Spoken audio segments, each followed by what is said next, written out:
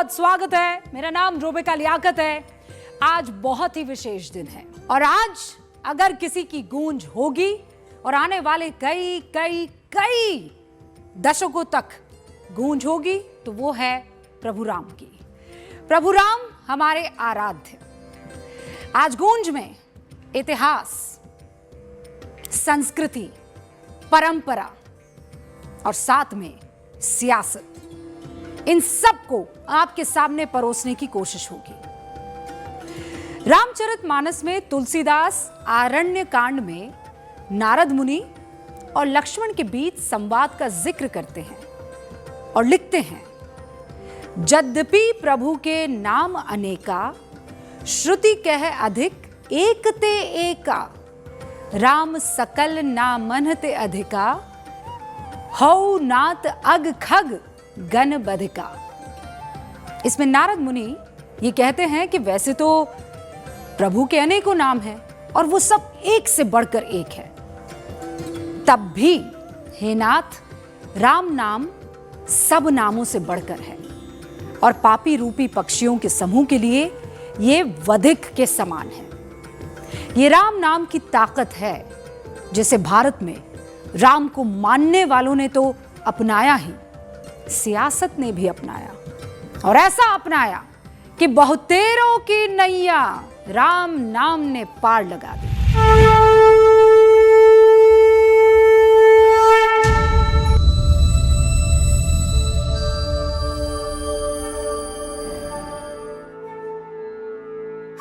राम के नाम पर सियासत की पहली कहानी मिलती है आज से करीब 275 साल पहले। वो दौर था जब मराठा साम्राज्य अपने उफान पर था। मुगल अपने पतन की तरफ बढ़ रहे थे। अवध के इलाकों में नवाबों का शासन हुआ करता था और नवाब बाहरी आक्रांताओं से लड़ने के लिए मराठाओं से मदद की गुहार लगा रहे थे। बलबीर पुंज अपनी किताब ट्राइस्ट विद अयोध्या में लिखते हैं, 1751 में मराठों ने अवध के नवाब से अयोध्या, काशी और मथुरा का नियंत्रण सौंपने की अपील की। मराठों ने नवाब की दोआब क्षेत्र में पठान सेनाओं को हराने में मदद की थी। 1756 में जब नवाब शुजाउद्दौला ने अफगान आक्रमण के खिलाफ मराठों की मदद मांगी तो मराठों ने अनुरोध किया कि 3 स्थल उन्हें हस्तांतरित कर दिए जाएं। हालांकि बाद में नवाब ने पाला बदल लिया और मराठा मांग अप्रासंगिक हो गई। इसके तुरंत बाद 1761 में अहमद शाह अब्दाली से पानीपत की तीसरी लड़ाई भी हारने के बाद मराठा साम्राज्य का पतन हो गया। यानी 1751 में मराठा शासकों की नजर अयोध्या पर थी, क्योंकि अयोध्या राम की जन्मभूमि है। राम से अयोध्या की पहचान है। अयोध्या और राम दोनों एक दूसरे के बिना अधूरे हैं और मराठों के हिंदू स्वराज में अयोध्या का वही स्थान था जो आजाद भारत में दिल्ली का है, क्योंकि राम राज्य की परिकल्पना अयोध्या के बिना अधूरी थी। इसीलिए अयोध्या उस वक्त मराठा क्षत्रपों के लिए सबसे बड़ा किला था। लेकिन सवाल है कि मराठों ने अयोध्या के साथ काशी और मथुरा का भी तो नियंत्रण मांगा था। फिर अयोध्या तब से लेकर 2019 तक सबसे ज्यादा विवाद के केंद्र में क्यों रही? क्यों अयोध्या को लेकर जितनी लड़ाई लड़ी गई वैसी काशी और मथुरा को लेकर तब नहीं थी? उसकी वजह है, दरअसल काशी में भगवान विश्वनाथ की पूजा के लिए मंदिर विद्यमान है।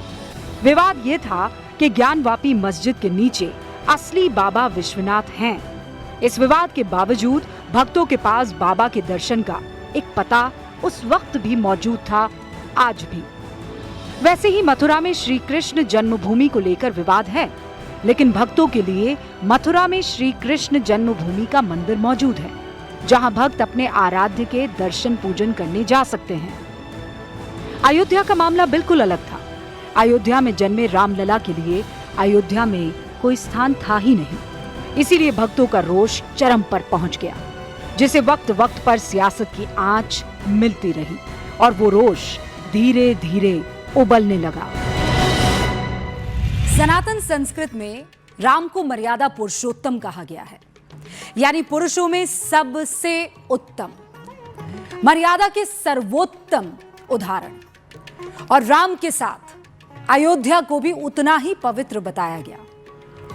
भगवान राम के जीवन पर लिखे सबसे पुराने ग्रंथों में से एक है रामायण, जिसमें महर्षि वाल्मीकि ने बालकांड में अयोध्या का जिक्र करते हुए लिखा है, कोसलो नाम मुदिता स्फीतो जनपदो महान, निविष्ट सरयू तीरे प्रभुत धन धान्यवान, अयोध्या नाम नगरी तात्रोलोक विश्रुता, मनुना मानवेंद्रेण या पुरी निर्मता स्वयं। जिसका अर्थ है कि कौशल नाम का एक बहुत बड़ा जनपद है जो सरयू नदी के तट पर बसा है।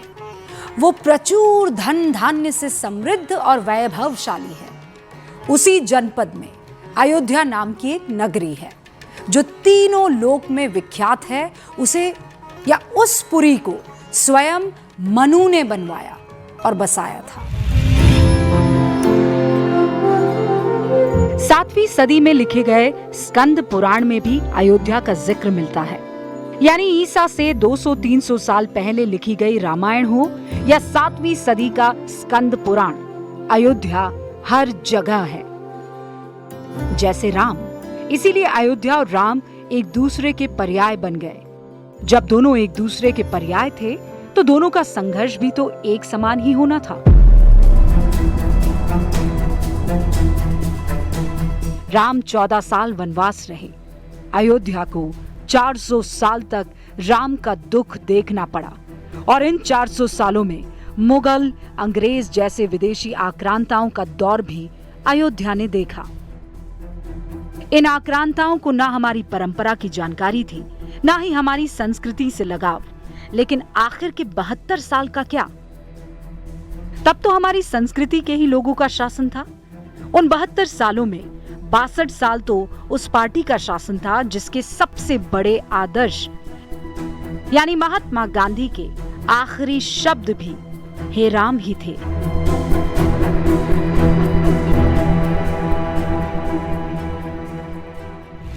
सिर्फ अपने आखिरी वक्त में ही नहीं, आजादी के आंदोलन के दौरान भी महात्मा गांधी के लिए राम का नाम शक्ति का पर्याय था। महात्मा गांधी जब भी आजादी में आंदोलन में सत्याग्रह के लिए बैठते, उनकी जुबान पर एक ही भजन होता, रघुपति राघव राजा राम, पतित पावन सीताराम। इस भजन के साथ ही कई बार गांधी जी ने राम पर अपनी अटूट श्रद्धा का परिचय दिया। 18 मार्च 1933 को लिखे अपने पत्र के पेज नंबर 6 पर महात्मा गांधी राम के बारे में लिखते हैं कि यद्यपि मेरी बुद्धि और हृदय ने बहुत पहले ही ईश्वर के सर्वोच्च गुण और नाम को सत्य के रूप में पहचान लिया था, फिर भी मैं सत्य को राम नाम से पहचानता हूं। मेरी परीक्षा की सबसे कठिन घड़ी में उस एक नाम ने मुझे बचाया है और अब भी वही नाम बचा रहा है।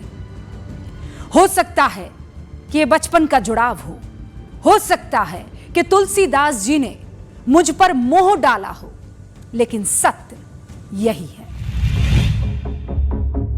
लेकिन महात्मा गांधी के राम के साथ आजाद भारत में क्या हुआ? क्यों राम के अयोध्या के संघर्ष से गांधी की कांग्रेस ने खुद को दूर रखा? क्या कांग्रेस ने खुद को आंदोलन से दूर रखा या जरूरत के हिसाब से वक्त वक्त पर उसका इस्तेमाल करते रहे? हर एक व्यक्ति के इतिहास के बारे में और हर एक व्यक्ति के पुराने कृत्यों के बारे में देश और दुनिया जानती है। इसमें किसी को कुछ भी बोलने की आवश्यकता नहीं। हर एक व्यक्ति जानता है कि अयोध्या में श्री राम जन्मभूमि पर भव्य मंदिर निर्माण का कार्य आज़ादी के तत्काल बाद श्री सोमनाथ मंदिर के पुनरुद्धार के साथ ही प्रारंभ हो सकता था। लेकिन जब लोगों के लिए देश से महत्वपूर्ण सत्ता हो जाती है तो वे लोग अपने राजनीतिक सत्ता के लिए जन भावनाओं के साथ खिलवाड़ करते हैं, समाज को जाति, मत, मजहब के आधार पर बांटते हैं। नेहरू के दौर की कांग्रेस तो महात्मा गांधी के सिद्धांतों पर चलने का दावा करने वाली कांग्रेस हुआ करती थी।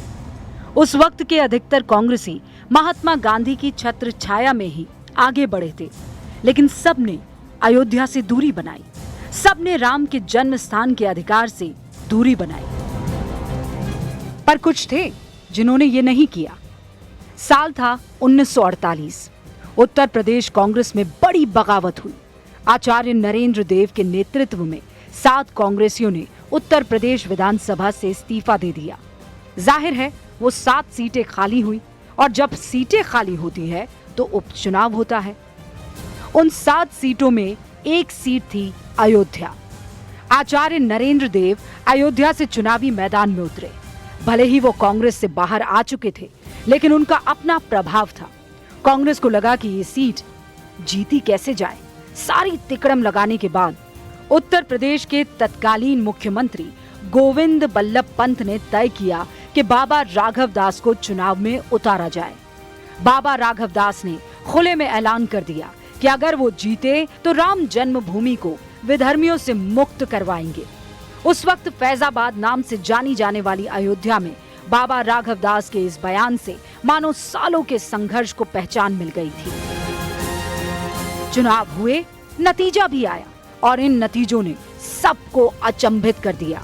आचार्य नरेंद्र देव जैसे दिग्गज समाजवादी नेता को बाबा राघव दास ने 1312 वोटों से मात दे दी थी।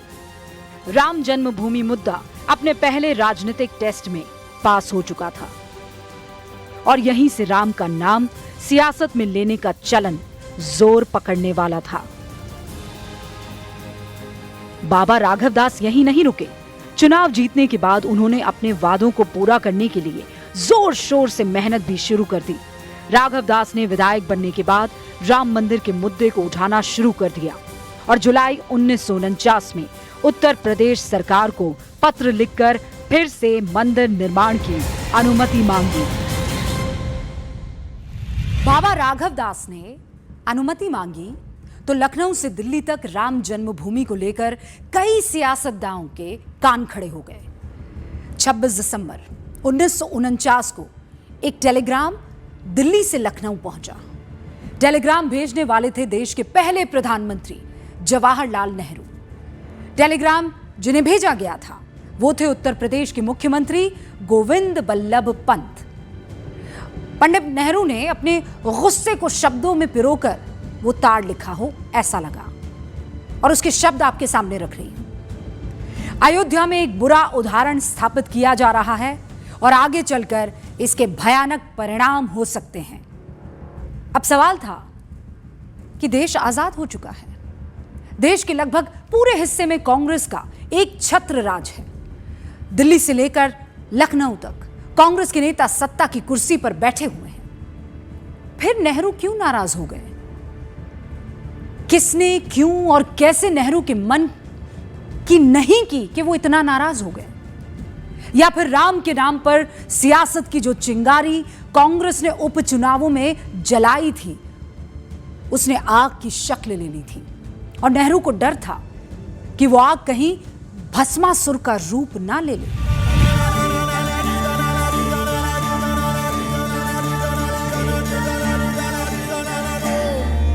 दरअसल 22-23 दिसंबर 1949 की रात अयोध्या में विवादित स्थल के भीतर रामलला की मूर्तियां होने का दावा किया गया।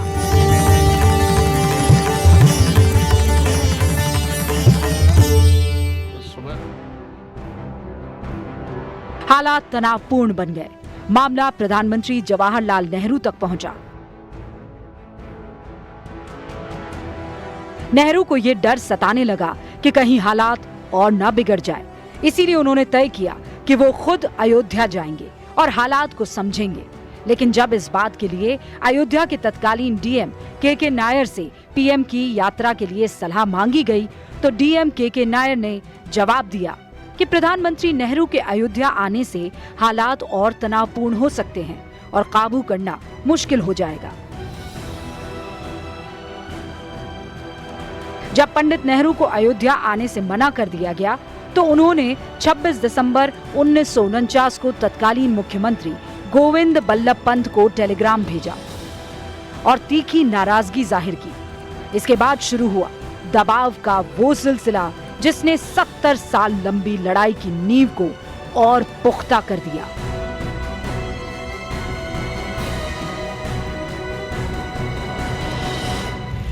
नेहरू की नाराजगी और अयोध्या के तनाव के बीच गोविंद बल्लभ पंत की परेशानी सबसे बड़ी थी। एक तरफ राज्य की कानून व्यवस्था को संभालना था और दूसरी तरफ प्रधानमंत्री के गुस्से को संभालना था, और इन सब की एक प्रमुख कड़ी बने हुए थे फैजाबाद के तत्कालीन डीएम के नायर। केरल के अल्पुजा के रहने वाले नायर भगवान राम की सियासी कथा के वो किरदार बनने वाले थे जिनके बिना अयोध्या और भगवान राम के कलयुग के वनवास की कहानी कभी पूरी नहीं होगी। के नायर ने लखनऊ से अधिकारियों के दबाव का जवाब देते हुए कहा था कि मैं इस्तीफा देने को तैयार हूं। दरअसल नेहरू की सख्ती के बाद लखनऊ से तत्कालीन मुख्य सचिव भगवान सहाय ने फैजाबाद डीएम के नायर को लिखित आदेश दिया, अयोध्या में पूर्व स्थिति बहाल की जाए, अगर बल प्रयोग करना पड़े तो संकोच न करें। इसका जवाब देते हुए डीएम के नायर ने लिखा कि रामलला की मूर्ति को गर्भगृह से निकालकर राम चबूतरे पर ले जाना संभव नहीं है। ऐसा करने से अयोध्या, फैजाबाद और आसपास के गांव कस्बों में कानून व्यवस्था की स्थिति बिगड़ सकती है। अयोध्या में ऐसा पुजारी मिलना असंभव है जो विधि पूर्वक रामलला की मूर्तियों को गर्भगृह से हटाने के लिए तैयार हो जाए। कोई भी व्यक्ति इस प्रकार का कृत्य करके अपने इहलोक के साथ साथ परलोक को भी बिगाड़ना नहीं चाहेगा।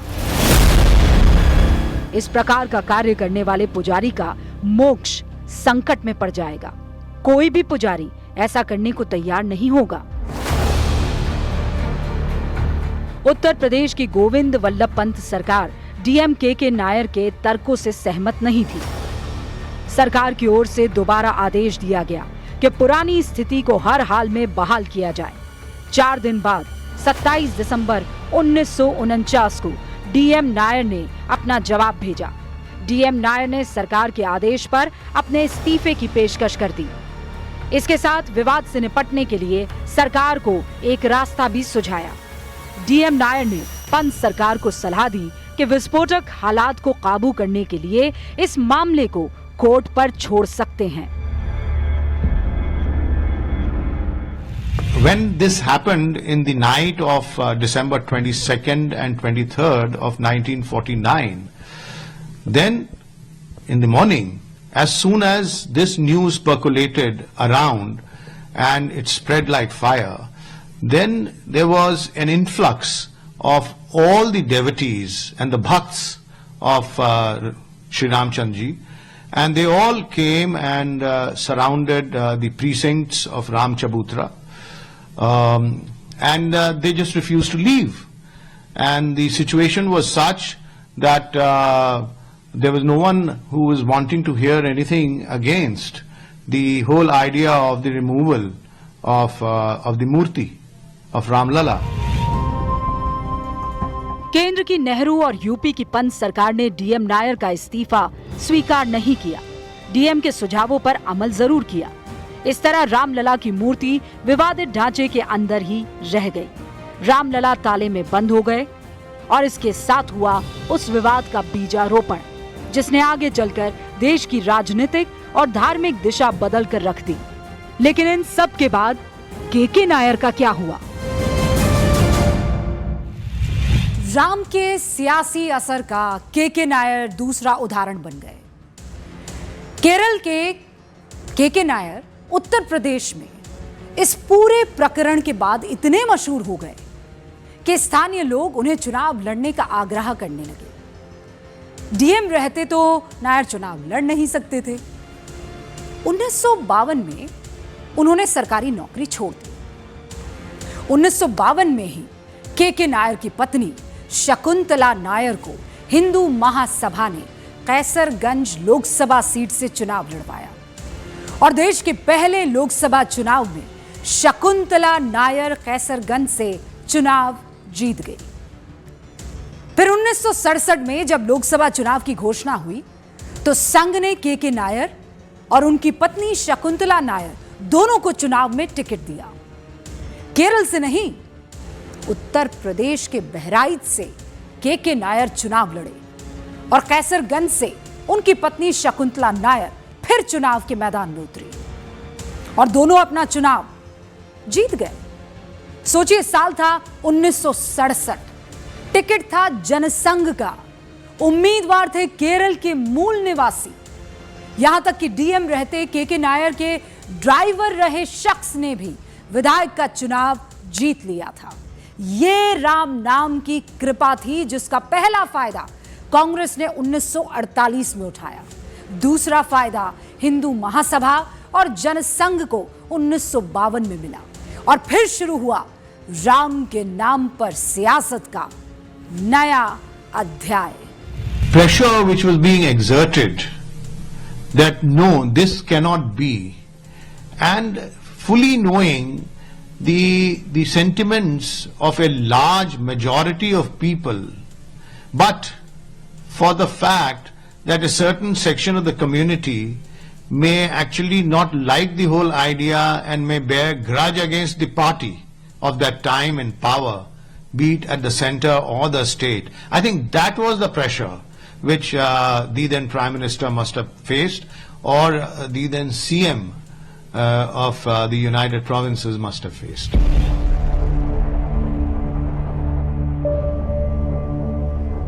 के नायर के फैसलों की वजह से राम जन्मभूमि के विवाद पर कोर्ट में एक नया विवाद छिड़ गया, लेकिन इससे सियासी फायदे की शुरुआत ने कई नेताओं की दिलचस्पी राम में बढ़ा दी।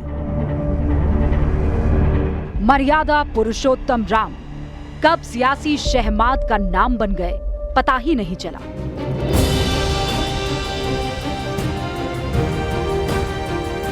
फ्रांस के राजनीतिक वैज्ञानिक क्रिस्टोफ जैफरलो ने अपनी किताब the Hindu nationalist movement and Indian politics में अयोध्या पर कांग्रेस की सियासी तैयारी पर पेज नंबर 365 में लिखा है कि दाऊ दयाल खन्ना ने राम मंदिर को लेकर एक कैंपेन शुरू करने की रणनीति बनाई। दाऊ दयाल खन्ना उत्तर प्रदेश में कई कांग्रेस सरकारों में मंत्री रह चुके थे। मई 1983 में अयोध्या, मथुरा और काशी में मंदिर पर हक दिलाने को लेकर उन्होंने एक पत्र तत्कालीन प्रधानमंत्री इंदिरा गांधी को लिखा। दाऊ यहीं पर नहीं रुके, उत्तर प्रदेश के मुजफ्फरनगर में आयोजित विराट हिंदू सभा में भी वो शामिल हुए। इस मीटिंग में आरएसएस के प्रोफेसर राजेंद्र सिंह, देश के पूर्व गृह मंत्री गुलजारी लाल नंदा भी शामिल हुए थे। हालांकि दाऊ दयाल खन्ना के पत्र लिखने के बाद तत्कालीन केंद्रीय मंत्री कमलापति त्रिपाठी ने कहा कि खन्ना आग से खेल रहे हैं। वो कांग्रेस के हिंदू मुस्लिम एकता की विचारधारा को तोड़ने की कोशिश कर रहे हैं। अब सवाल ये है कि अयोध्या और राम हिंदू मुस्लिम एकता के लिए खतरा कैसे हो गए? जिस राम के लिए 1908 में अल्लामा इकबाल ने नज्म लिखी कि लबरेज हैं शराबे हकीकत से जामे हिंद, सब फलसफी हैं खित्ताए मगरिब के राम हिंद, ये हिंदियों की फिक्रे फलक रस का है असर, रिफत में आसमां से भी ऊंचा है बाम हिंद, इस देश में हुए हैं हजारों मलक सरिश्त, मशहूर जिनके दम से है दुनिया में नाम हिंद, है राम के वजूद पे हिंदोस्ता को नाज, अहले नजर समझते हैं इसको इमाम हिंद। जो राम 1908 में इमाम हिंद थे, 1983 आते आते वो राम हिंदू मुस्लिम एकता के लिए खतरा कैसे हो गए? क्या आजादी के बाद राम के अयोध्या को इंसाफ मिल जाता तो ये हिंदू मुस्लिम एकता के लिए खतरा बनता, या ये मुद्दा ही खत्म हो जाता?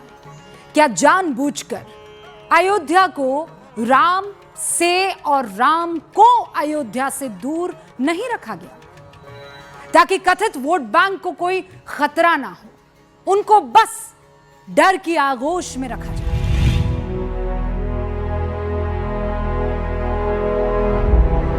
क्योंकि अगर राम और अयोध्या के मुद्दे पर बात करना कांग्रेस की हिंदू मुस्लिम एकता की विचारधारा के लिए घातक था, तो फिर उसी कांग्रेस के एक प्रधानमंत्री राम जन्मभूमि का दरवाजा खोलने की इजाजत कैसे दे देते हैं।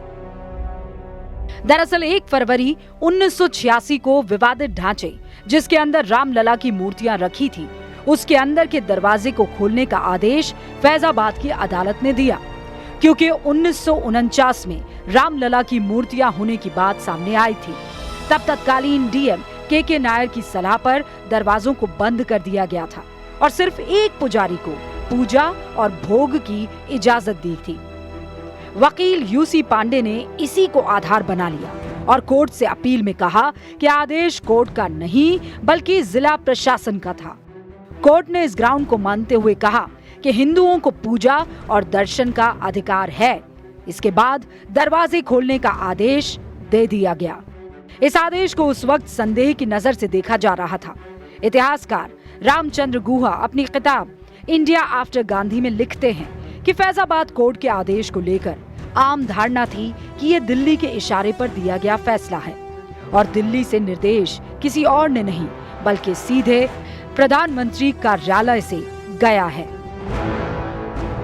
जिस प्रधानमंत्री पर यह आरोप लग रहे थे वो कोई और नहीं बल्कि राजीव गांधी थे, उस जवाहरलाल नेहरू के नाती जो अयोध्या विवाद को हिंदू मुस्लिम एकता के लिए खतरा मानते थे, उस इंदिरा गांधी के बेटे जो अयोध्या मामले से दूरी बनाकर रखना पसंद करती थी। लेकिन सवाल था कि राजीव गांधी को अचानक अयोध्या का ताला खोलने की क्यों सूझी।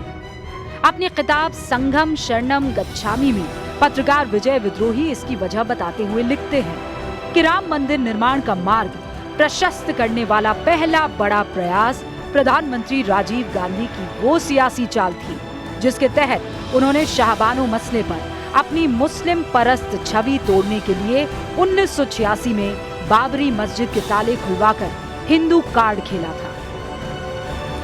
यानी एक बार फिर भगवान राम को सियासत का मोहरा बनाने की कोशिश हो रही थी। पत्रकार विजय त्रिवेदी ने अपनी किताब में जो आरोप राजीव गांधी पर लगाए हैं उसकी ठोस वजह भी उन्होंने अपनी किताब में, जिसका नाम संघम शरणम गच्छामि है, उसमें बताई है। इस फैसले के वक्त राजीव गांधी सरकार में मंत्री थे आरिफ मोहम्मद खान।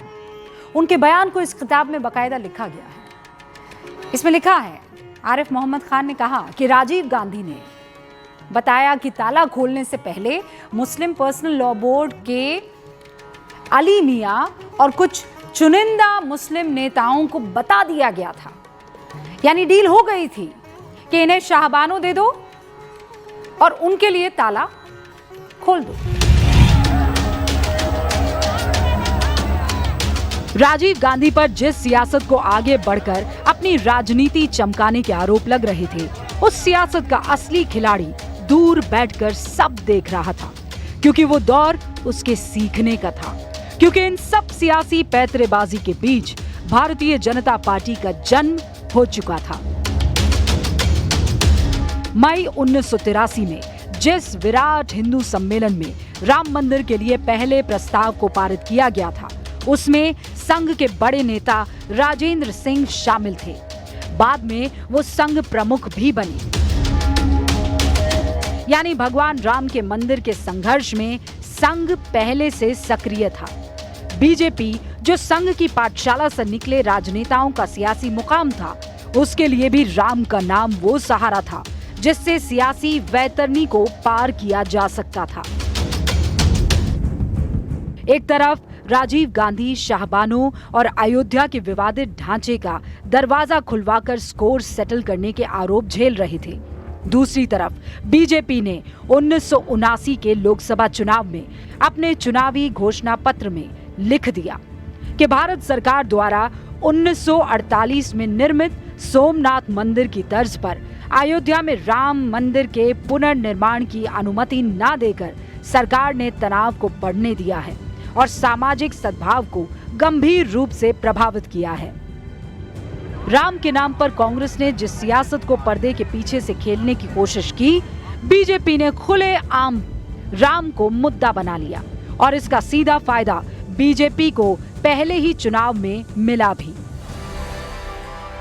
1984 के लोकसभा चुनाव में जिस बीजेपी को महज 2 लोकसभा सीटों से संतोष करना पड़ा था, वही बीजेपी 1979 के चुनाव में 85 सीटों पर पहुंच गई।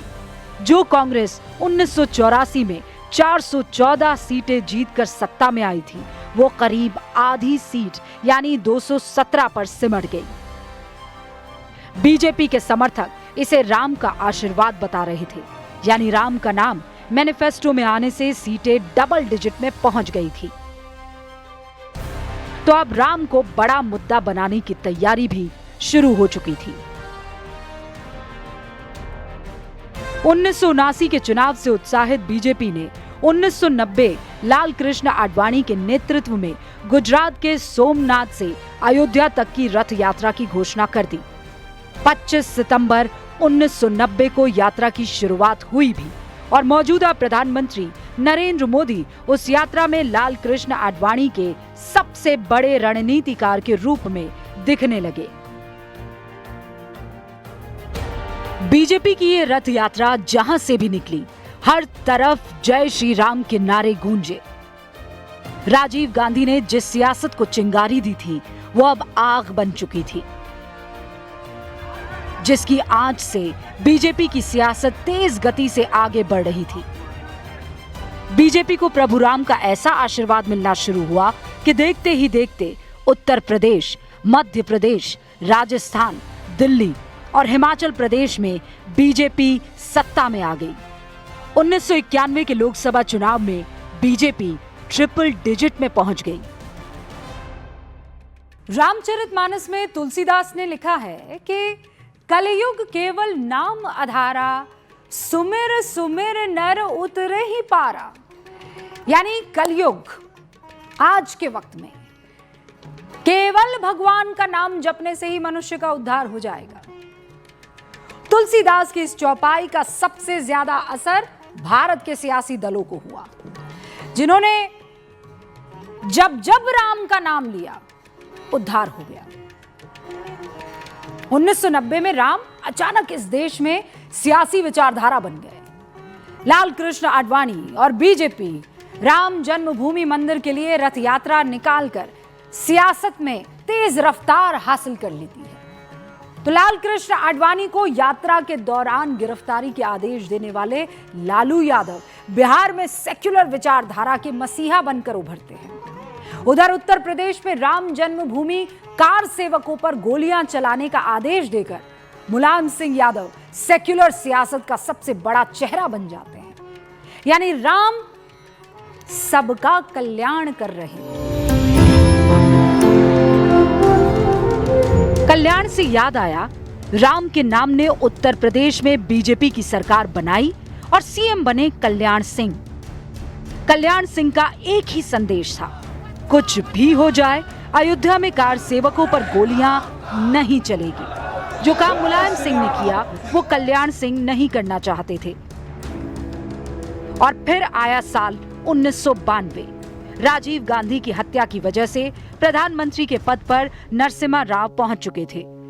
बीजेपी मुख्य विपक्षी पार्टी की भूमिका में थी और निशाने पर केंद्र की सत्ता। लेकिन इस बीच 1992 में एक बड़ी घटना हो गई।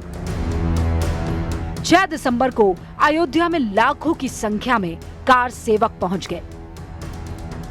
ये कार सेवक ढांचे पर चढ़ गए और तकरीबन 5 घंटे में ढांचा टूट गया।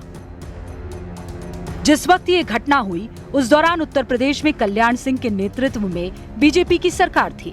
ढांचा गिरने की खबर जैसे ही फैली, कल्याण सिंह मीडिया के सामने आए और कहा, उत्तर प्रदेश के मुख्यमंत्री के रूप में मैंने पुलिस को 1992 के राम मंदिर आंदोलन को लेकर अयोध्या में जमा हुए राम भक्तों पर गोली नहीं चलाने का आदेश दिया था। इसके चलते ही बाबरी मस्जिद गिराई गई। मैं इसकी पूरी जिम्मेदारी लेता हूं। कल्याण सिंह ने अपनी जिम्मेदारी ली। प्रधानमंत्री नरसिम्हा राव ने फौरन उत्तर प्रदेश सरकार को बर्खास्त कर दिया और साथ में मध्य प्रदेश, राजस्थान, हिमाचल प्रदेश की बीजेपी सरकारों को भी बर्खास्त कर दिया गया। इन सब फैसलों के बावजूद असल सवालों के घेरे में आ गए नरसिम्हा राव।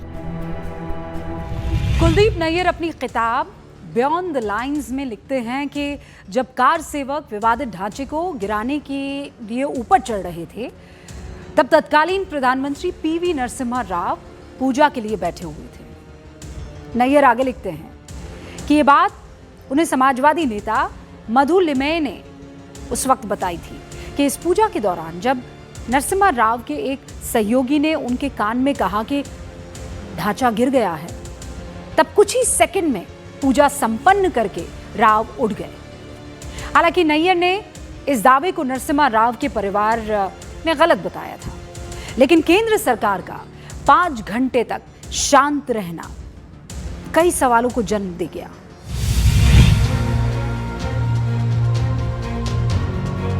ढांचा गिरा तो आगे की लड़ाई कोर्ट में और सख्ती से शुरू हो गई। बीजेपी 2019 तक अपने हर मैनिफेस्टो में राम मंदिर निर्माण के अपने संकल्प को दोहराती रही। बीजेपी को कभी इसका सियासी फायदा मिला तो कभी नुकसान। और विधि का विधान देखिए, नुकसान की पहली कड़ी भी उसी उत्तर प्रदेश से आई जहां का पूरा विवाद था, और आखिरी कड़ी उस अयोध्या से आई जहां आज एक भव्य मंदिर में भगवान रामलला विराजमान है। 1993 में बीजेपी की लहर और विवादित ढांचे के विध्वंस से उपजी संवेदनाओं के डर से मुलायम और कांशीराम की जोड़ी के पास बहुमत था। उस वक्त दोनों पार्टियों के कार्यकर्ता पूरे जोश में थे और नारा लगा, मिले मुलायम कांशीराम, हवा में उड़ गए जय श्री राम। हालांकि ये तंज बीजेपी के लिए था, क्योंकि बीजेपी पर जय श्री राम को सियासी नारा बनाने का आरोप लगा। लेकिन भारत की सियासत को मानो राम बहुत गौर से देख रहे हो। ये सिर्फ 1993 की बात नहीं है। करीब 21 साल बाद 2024 में जब लोकसभा चुनाव हुआ, जो अयोध्या में भव्य राम मंदिर निर्माण के बाद का पहला चुनाव था। अयोध्या जिस फैजाबाद लोकसभा में पड़ता है, वहां से बीजेपी के उम्मीदवार चुनाव हार गए। इस नतीजे को विपक्ष ने बार बार लगातार बीजेपी पर तंज कसने के लिए इस्तेमाल किया। लेकिन साल 1996, 1998 और 1999 के लोकसभा चुनावों में बीजेपी सबसे बड़ी पार्टी बनकर उभरी और अटल बिहारी वाजपेयी 3 बार प्रधानमंत्री भी बने। लेकिन रामलला की लड़ाई कोर्ट में बदस्तूर जारी रही। इस लड़ाई के दौरान कोर्ट में 2007 में एक हलफनामा चर्चा का विषय बना। हलफनामा तत्कालीन कांग्रेस सरकार की तरफ से था, जिसमें कहा गया कि वाल्मीकि रामायण और रामचरितमानस प्राचीन भारतीय साहित्य का महत्वपूर्ण हिस्सा है, लेकिन इन्हें ऐतिहासिक अभिलेख नहीं कहा जा सकता, जो निर्विवाद रूप से उनमें वर्णित पात्रों और घटनाओं के अस्तित्व को सिद्ध कर सके। यानी सीधे सीधे राम के अस्तित्व पर सवाल उठा दिया गया। लेकिन प्रभु की लीला ऐसी कि 2019 आते आते कोर्ट ने रामलला के पक्ष में फैसला सुना दिया।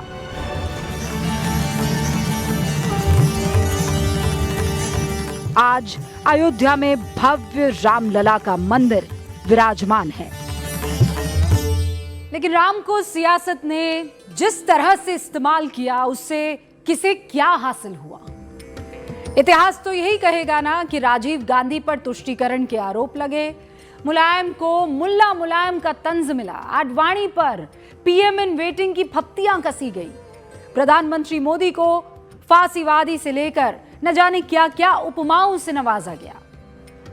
लेकिन क्या ये सब बगैर भगवान राम की मर्जी के हो रहा है, या हो रहा था, या ये प्रभु की लीला है जिसे उन्होंने तय कर रखा है? रामचरितमानस में तुलसीदास ने भगवान शिव और मां सती के बीच के संवाद पर एक चौपाई लिखी है, जिसमें शिव मां सती से क्या कहते हैं, जरा सुनिए।